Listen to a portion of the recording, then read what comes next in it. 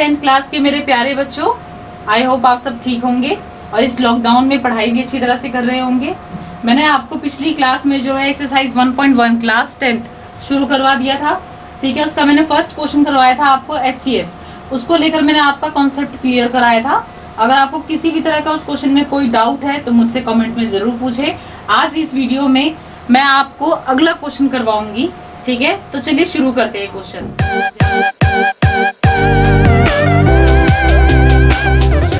ध्यान से देखिएगा, मैं क्वेश्चन पढ़ रही हूँ, मैं इस क्वेश्चन को हिंदी में भी समझाऊंगी। क्वेश्चन है, क्वेश्चन नंबर 2 है, show that any positive odd integer is of the form 6q + 1, 6q + 3 और 6q + 5 where q is some integer. यानी कि शो दैट, दर्शाइए कि, क्या कह रहा है, दर्शाइए कि एनी पॉजिटिव ऑड इंटीजर, कोई धनात्मक विषम पूर्णांक, क्या है ये, धनात्मक विषम पूर्णांक, positive odd integer is of the form 6q + 1, 6q + 3, 6q + 5, जो है वो 6q + 1, 6q + 3, 6q + 5 के रूप में होगा। वेयर, जहां q is some integer, q जो है कोई भी पूर्णांक होगा।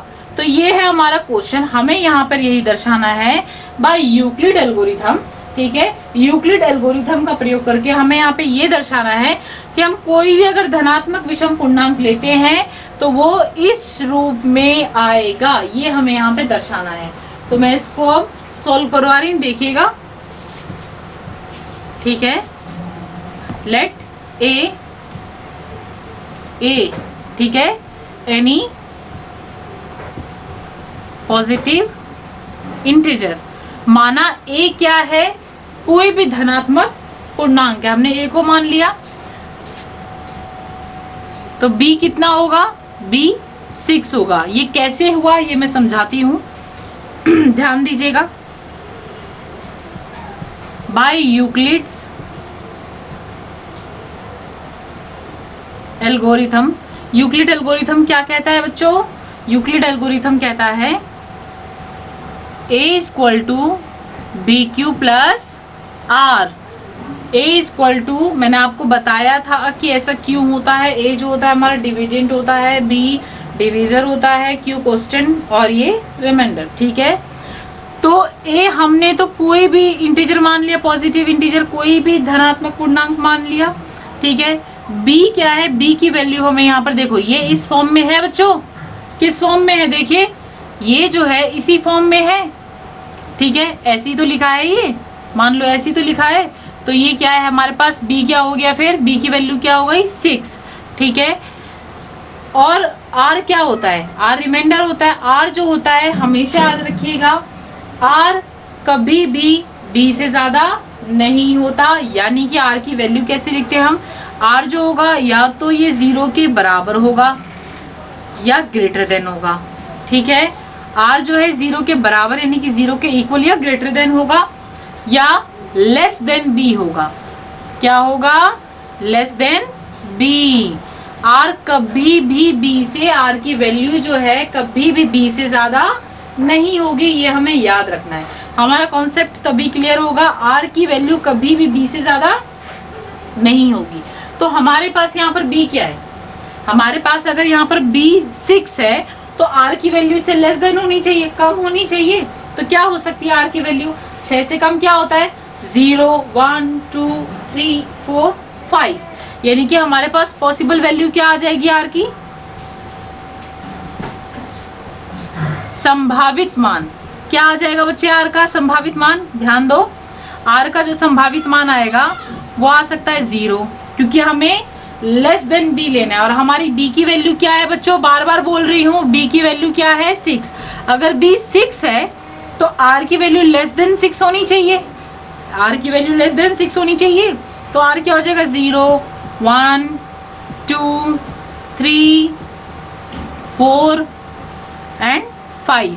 तो हमारे पास कितनी वैल्यू आई r की, 5 वैल्यू आई, मतलब 6 वैल्यू आई, क्योंकि लेस देन 6 हमने लिया, ठीक है, क्योंकि हमारा यूक्लिड्स एल्गोरिथम यही कहता है, ठीक। अब हम क्या करेंगे, इस आर की वैल्यू को हम बारी बारी इस कंडीशन पर पुट करेंगे तो देखना आपके पास आंसर आएगा। तो सबसे पहले अगर मैं आर की वैल्यू क्या लेती हूँ, मान लो कुछ हमारा यही कहता है ना यूक्लिड डिवीजन, चलो लिखते हैं ए, बी की जगह क्या लूँ बच्चे 6, क्यू प्लस आर। आर की वैल्यू मुझे अभी क्या लेनी है, कोई बताएगा? आर की वैल्यू मुझे पहले 0 लेनी है। मैंने यहाँ आर की वैल्यू कितनी ली बच्चे 0, दिख रहा है आपको? मेरे पास पॉसिबल वैल्यू यही आई थी ना, तो मैं बारी बारी इसको रखूंगी। ठीक है, अब मैं आर की वैल्यू क्या ले सकती हूँ 1, क्योंकि आर के 0 के बाद क्या है 1, 1 क्या है ऑड, क्या है ऑड, क्या है बच्चों ऑड। हम साथ के साथ लिखते चलेंगे। ठीक है, अब जरा किसी ने चीज नोटिस की, एक वैल्यू तो आ गई हमारी, यानी कि एक बार तो हमने दर्शा दिया। यहाँ पर देखिए ये निकल गया, ये चाहिए था हमें 1 रखा आ गया। अभी इसको बाद में पूरी तरह से लिखेंगे। अब ए की वैल्यू अब हम क्या ले रहे हैं, सॉरी ए की वैल्यू अब हम लेंगे 2, 6 क्यू प्लस 6 आया बी की जगह, 6 किसकी जगह आया बी की जगह, 6 किसकी जगह आया बी की जगह। ठीक है, क्यू रिमाइंडर मैंने अभी 0 लिया क्योंकि आर की जो वैल्यूज थी।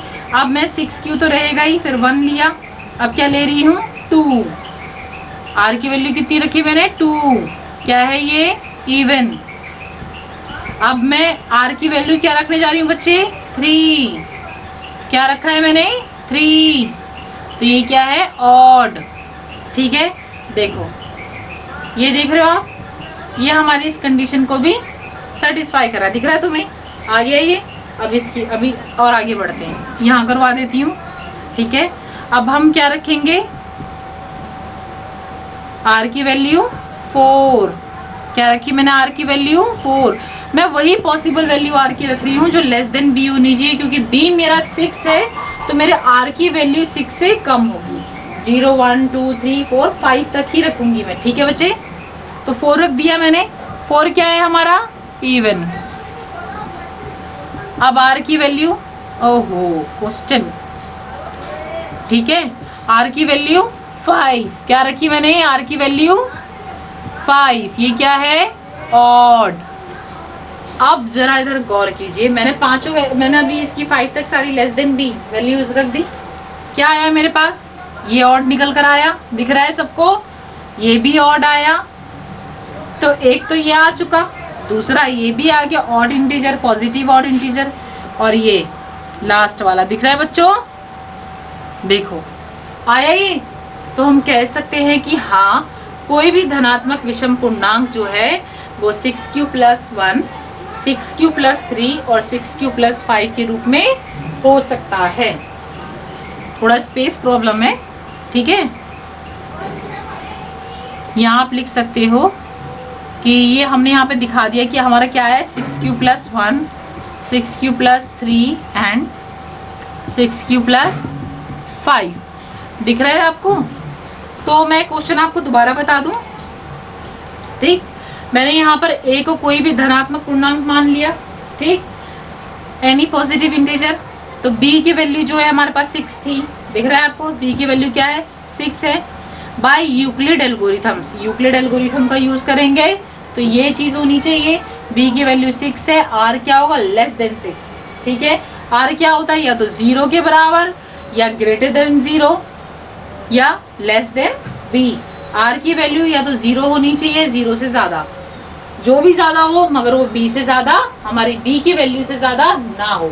जैसे मेरे पास b की वैल्यू 6 थी तो 6 से ज्यादा नहीं हुआ, ठीक है बच्चे, 6 से ज्यादा नहीं हुआ।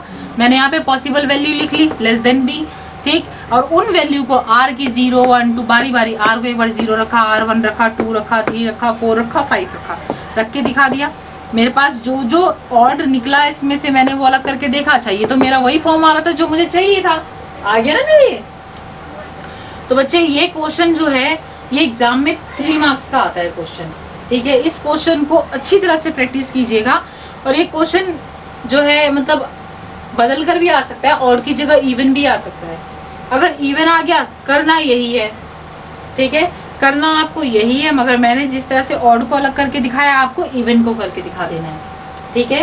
क्वेश्चन बहुत इंपॉर्टेंट है क्योंकि इसी के बेस पे आप अपना 4th एंड 5th क्वेश्चन करोगे। 4th एंड 5th क्वेश्चन जो है इसी बेस पर है, ठीक है। तो बच्चे इसको देख लीजिए, उतार लीजिए इस क्वेश्चन को, ठीक है। अगर आपको कोई प्रॉब्लम लग रही है इस तरीके में, आपको नहीं समझ में आ रहा है, तो मुझे कमेंट में ज़रूर बताइएगा और मेरे बेल आइकन को भी मतलब दबाइएगा, जिससे आपको मेरी लेटेस्ट वीडियो आप तक पहुंच सके और आप मेरी और आगे के क्वेश्चंस को देख सकें।